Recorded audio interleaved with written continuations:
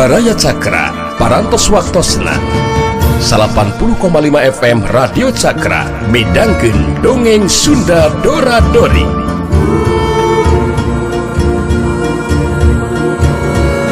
Simkuring sapara kanca ngahaturkeun wilujeng ngadangukeun.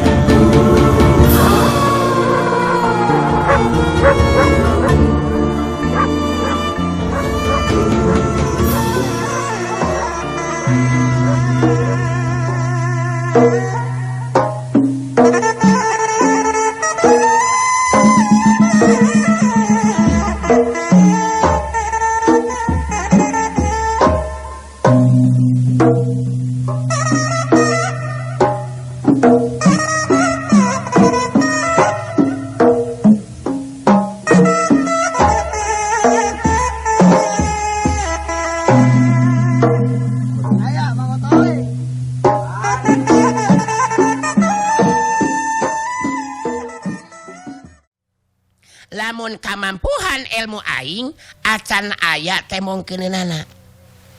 Ngan di mana aing geus mampu ngaronjatkeun ajen pangarti, mangka diri aing bakal makalangan. Sakaligus ngarebut kakawasaan tina leungeun si Cakradewata. Kitu tekad aing mah Sopala. Nya ari Nyai buka tekad seperti gitu mah alus Nyai. Memang moal aya hartina nemongkeun diri ayeuna mah paling-paling nya jadi kawas nu sejena we meureunnan sasat jadi patalukan si Cakradewata. Eueuh ti dituna aing make kudu taluka si Cakradewata deui Sopala. Komo aing nyaho modalna saha si Janaka. Nu jelas di mana aing geus hasil ngaronjatkeun ajen pangarti. Mangka aing bakal ngahaja datang kalas waringin pikeun balitungan jeung si Cakradewata. Deulekeun aing kana waktuna. Sabab aing kudu naruskeun cita-cita si Jabang Karang anak aing Sopala.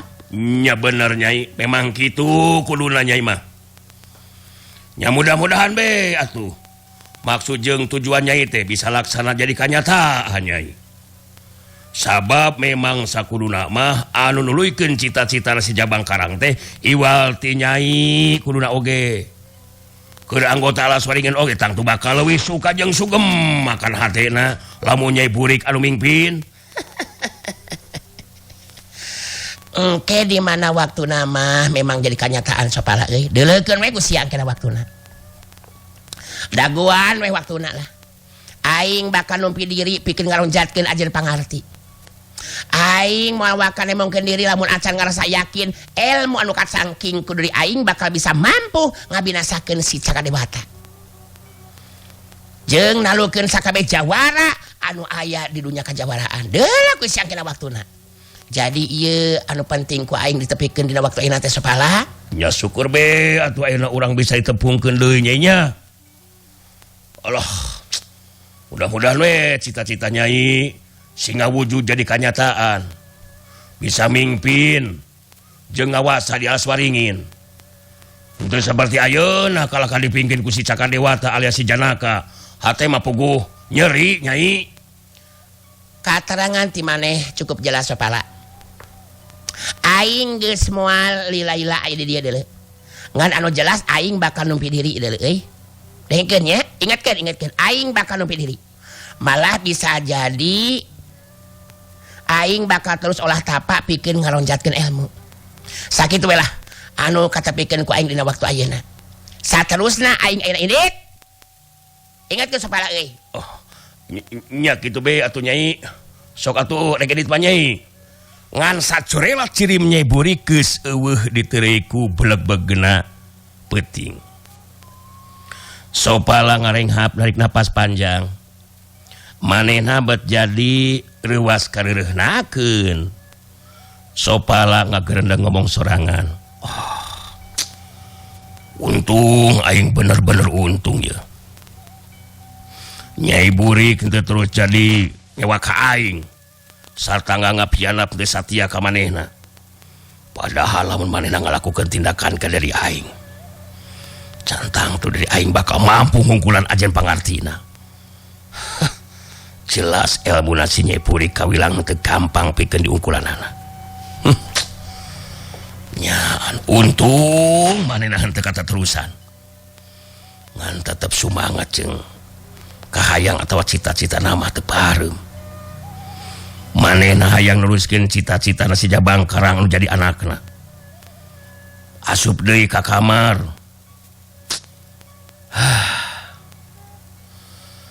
aing asup deui ka kamar kieu mah yeuh rek laon ngajanteng di luar oge bajing taris kieu yeuh ngaliwatan di jalan jendela harita Sopala terus muru asup ka jero kamarna sajaruni ngagolir harita Sopala baca diinget kawanoja geulis rupa anu ngaran Kinanti.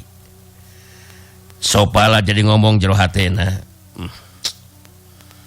Kinanti geulis si akang Kinanti aing bakal ngerasa bagja mun teh mah laksana bisa ngapimili Kinanti Kinanti wanoja geulis rupa anu bisa ngagantikeun Injani ngan hanya ka ajen pangartina leuwih punyul tibatan diri aing Kinanti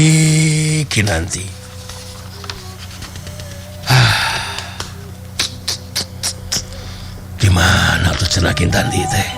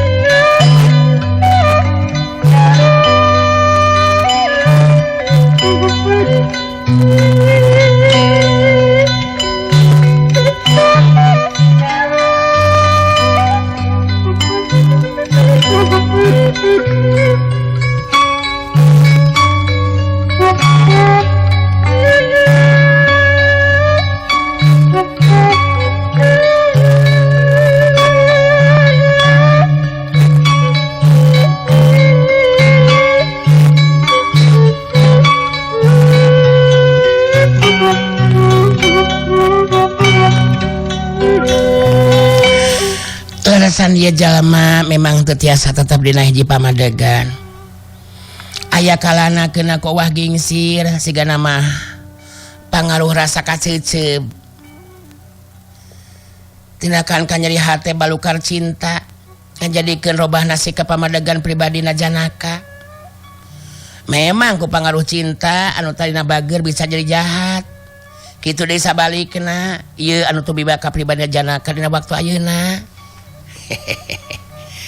anu jelas kanggo urang mah nya kedah sing atos-atos we ayeuna mah den anu jelas eta Janaka teh tos henteu sareng Janaka Janaka teh tos benten sareng Janaka anu kantos saserangan aya di dieu kitu masa teh den malah mang mah dina tepungna oge geus boga kayakinan pasti tos moal sajalan sareng urang-urang gitu den mun Janaka sarua jadi jalma jahat jelas bakal genjeleng deui bae yeuh kahirupan teh kitu di dunya kajawaraan den sabab Janaka datang makalangan mamerkeun elmuna anu pinunjul katalah ilmu Cakadewata mangge boga ilmu cakare dawat teh ukur bisa dipakainya karena anu peot nu araya didinya jadi terus ngobrolkeun ngeunaan Janaka sedengkeun Janaka anu keur jadi bahan caritanana harita keur ngaleureuhkeun kacape sanggeusna cukup jauh lumampah bari nyaranekeun awakna kana tatangkalan diuk dina luhur jukut garing tur di tempat anu ieuh. Harita Janaka ngomong sorangan sakapeung di selangku seri sorangan. Lunas kan nyeri hati aing. Si Jalu rumpung ajal binasa ku leungeun aing. Si Injani bakal jadi awewe anu sangsara batin saumur-umur. Beungeutna bakal ruksak. Kagelisanana jadi leungit. Kaayaan nu matak sugema keur hati aing. Ngan sok sanajan ari kitu. Nu dilakukeun ku diri aing ayeuna acan ayeuna naonan. Sabab sakabeh jago anu aya di dunia kajawaraan acan nyahoun kana kahebatan jeung keampuhan ilmu cakar dewata anu kacangking ku diri aing. Anu mata geus waktuna diri aing ayeuna mah makalangan. Nemongkeun diri. Galebetkeun ngaran. Malah bakal ngagunakeun cuculuk si cakar dewata Janaka. Sakabeh jago anu aya di dunia kajawaraan kudu tuluk taluk jeung ngaku kana kapunjulan ilmu nu kacangking ku diri aing. Kitu diantarana kaayaan Janaka anu harita ngomong sorangan. Manehna jadi aya karep hayang nanyerikeun ngaran. Geus waktuna pikeun makalangan nemongkeun diri sabab Janaka boga kayakinan ilmu cakar dewata anu kacangking ku dirina kawilang ilmu pinunjul. Tur moal aya anu mampu pikeun ngungkulan atawa ngimbangan eta ilmu. Janaka saterusna jadi inget ka si Jabang Karang. Janaka terus ngomong di sorangan. Pikeun ngelebetkeun ngaran supaya tereh dikanyawankeun ku salarea. Aing kudu bisa ngabinasakeun si Jabang Karang. Sabab lamun aing bisa ngabinasakeun si Jabang Karang, nganu harti alas waringin jeung sakabeh anggota bakal taluk tunduk ka diri aing. Jadi jelas lamun kitu mah aing kudu init ka alas waringin ieu mah.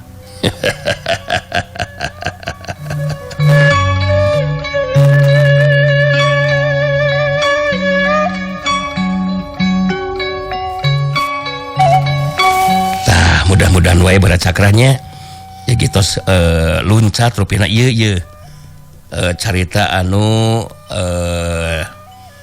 akhirna si Janaka tiasa ngelekeun si Jabang Karang.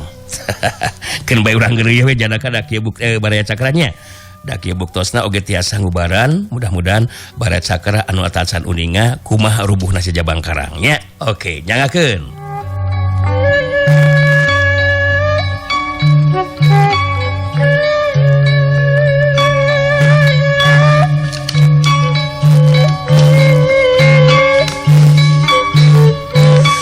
Janaka jadi aja pikiran ini kalas waringin pikeun ngabinasakeun si Jabang Karang. Sabab cek pikirna lamun manehna bisa ngabinasakeun si Jabang Karang geus bisa dipastikeun ngaranna bakal langsung kasohor sakaligus bakal ngagenjleungkeun dunia kajawaraan.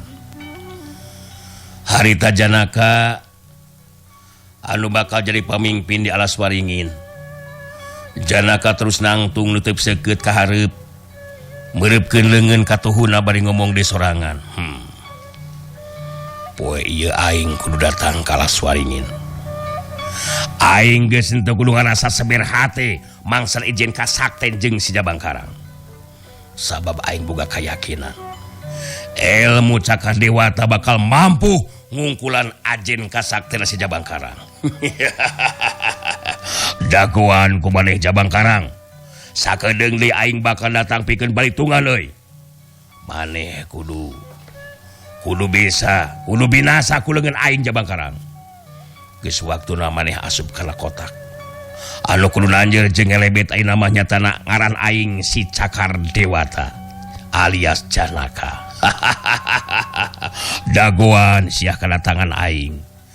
Geus geulig kitu mah karep jeung pamaksudan hatena harita Janaka terus ini tinggalkan etapa tempatan kalawan tujuan anu pasti nyatana ka alas waringin. datang ke tempat anu dituju kedatangan Janaka langsung dihadang ku 5 urang anggota Walas Waringin. 5 anak kawilang geus pada arapaleun ka Janaka, da puguh Janaka kungsi cicing di Alas Waringin atuh jadi budak nafsuna nyipurik indungna si Jabang Karang. Si lain datang di ka dieu Janaka euy. Ngalaina mah eta buuk make jeung dipanjangkeun ka wasbikang geuningan euy. Karek aya naon si lain datang ka dieu euy? Mana ayeuna si Jabang Karang? Hah? Mana si Jabang Karang? Tang papalotot kitu sia teh, abang kena jabrig sia teh. Aing hayang panggih jeung pamimpin si lain sakabeh. Kadatangan aing dina poe ieu geus jelas. Aing hayang modaran ngabinasakeun si Jabang Karang. Anu matak si lain montong ngahalangan deuleu kana lengka aing lamun mung cilaka. Puguh we eta 5 urang anggota Alas Waringin teh jadi kaget anu lain di kieu na ningali sikap jeung ngadengit caritaan Janaka anu saperti kitu. Bet beda jauh pisan jeung kayan Janaka dina waktu anu katukang. Sedengkeun anggota Karaman anu sejena katingali. Harita saya gadiri pikeun maju ngalakukeun tindakan ngahurup ka Janaka. Hei. Si laing niangan cilaka ieu mah Janaka euy. Gagabah sia gabang deh. Maka jeung arek kabinasakeun pamimpin dewe ka. Weureuh gadung sugan mah sia euy. Dibodaran sia. Ningali 5 urang anggota Karaman Alas Waringin ngancam malah bari jeung marasat pedogna masing-masing. Janaka kalakah ngalengak seuri. Geus teu ngarasa sieun saeutik-eutik acan sigana teh.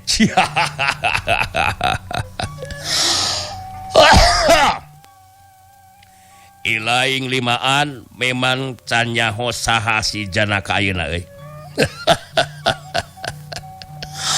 Aing si Cakar Dewata nu bakal makalangan sarta ngawasa di ieu Alas Waringin euy. Teu kudu loba bacot. Hayo pada maju. Maju lamun si laing aya kawan imah euy. Tong saurang-saurang 5 anak kagok euy. Setan.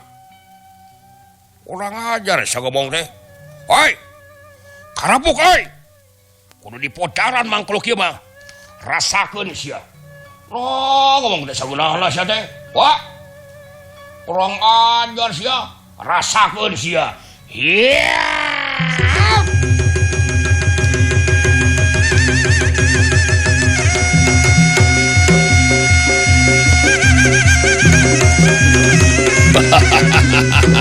Tah kitu tong saurang-saurang ngalawan dewek mah kabehanana lah kapok aing mah.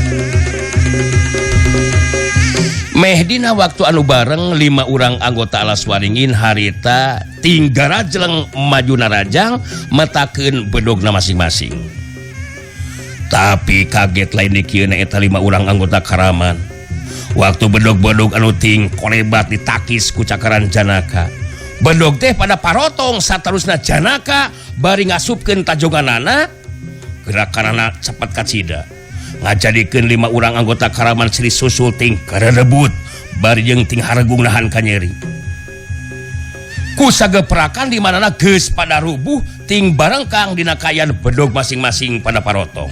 Slow korewat blutrak trak cekuk tegas jengkang kerebut. Janaka si Cakara Dewata pancuh dina tangtunganana bari ngalengak seuri. Kabeutus ukur ngan sakitu geus wani-wani jeung harepan aing si Cakara Dewata euy. Lamun aing niat binasa gampangna lir ibarat kabalikeun dampaleungeun deuleu euy. Tapi maraneh memang ukur cacing cau sia. Anu kudu modar ku leungeun aing mah si Jabang Karang lain sia deuleu. Lumatak ulah coba-coba ngahalangan lengka aing deuleu euy. Geus kitu mah Janaka terus ini tinggalkeun eta patempatan tanpa aya anu wani ngahalangan deui kana lengka sukuna. Satiap aya anu ngahadang kabehananangan ukur usaha geperakan pada rubuh Satya pakarang anu barok jeung cakaran bantok jeung cakaranana pasti bakal potong ningali kayan janakan seperti itu aya salah seorang anggota Alas Waringin anu gancang lompat rek bebeja ka Sopala jeung Kala Jombang sedengkeun Sopala jeung Kala Jombang harita keur guntreng ngobrol duaan di jero imah. Wah boleh tengah arti euy nah kamana harinya iburiknya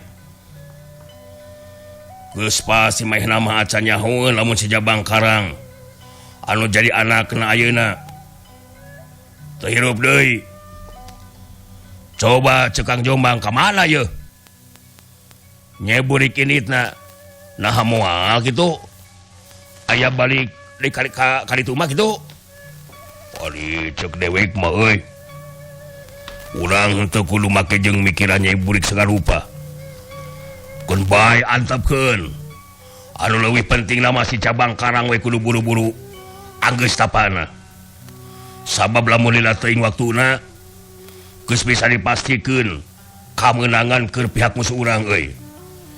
Jalan pamikiran Kala Jombang memang museur kana kayaan si Jabang Karang ayeuna.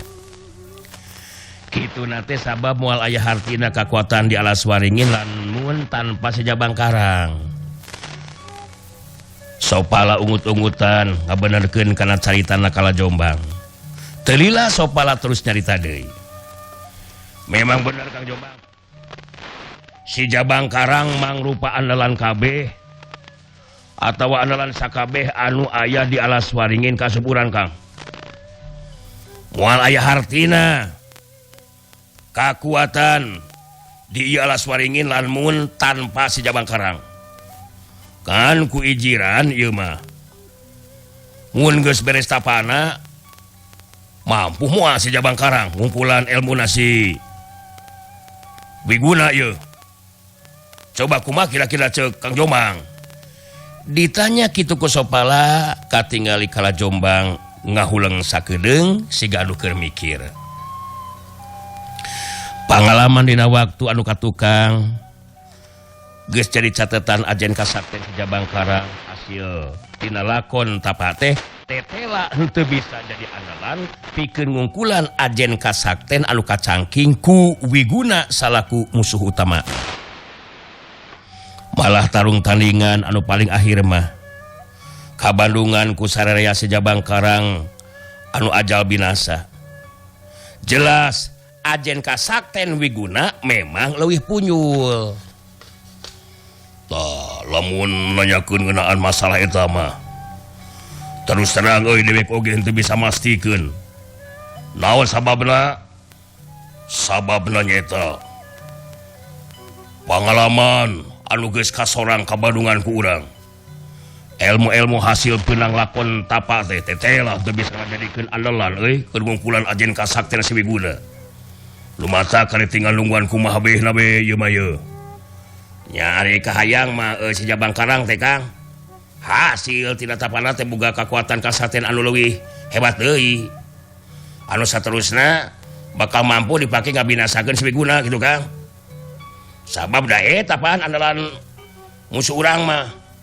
Lamun si Wiguna geus binasa mah mangka kawilang gampang Kang lah ngungkulan anu sajeuna mah. Malah geus bisa dipasikeun si Jabang Karang deui lah anu kudu naon teh nu kudu unggul gitulah anu keur ngalobrol jadi kaganggu waktu aya tamu datang salah saurang anggota karaman malah barejeng lumpat teu serikna notog-notogkeun maneh dina kayan barejeng ngahegak napasna harita waktosna seep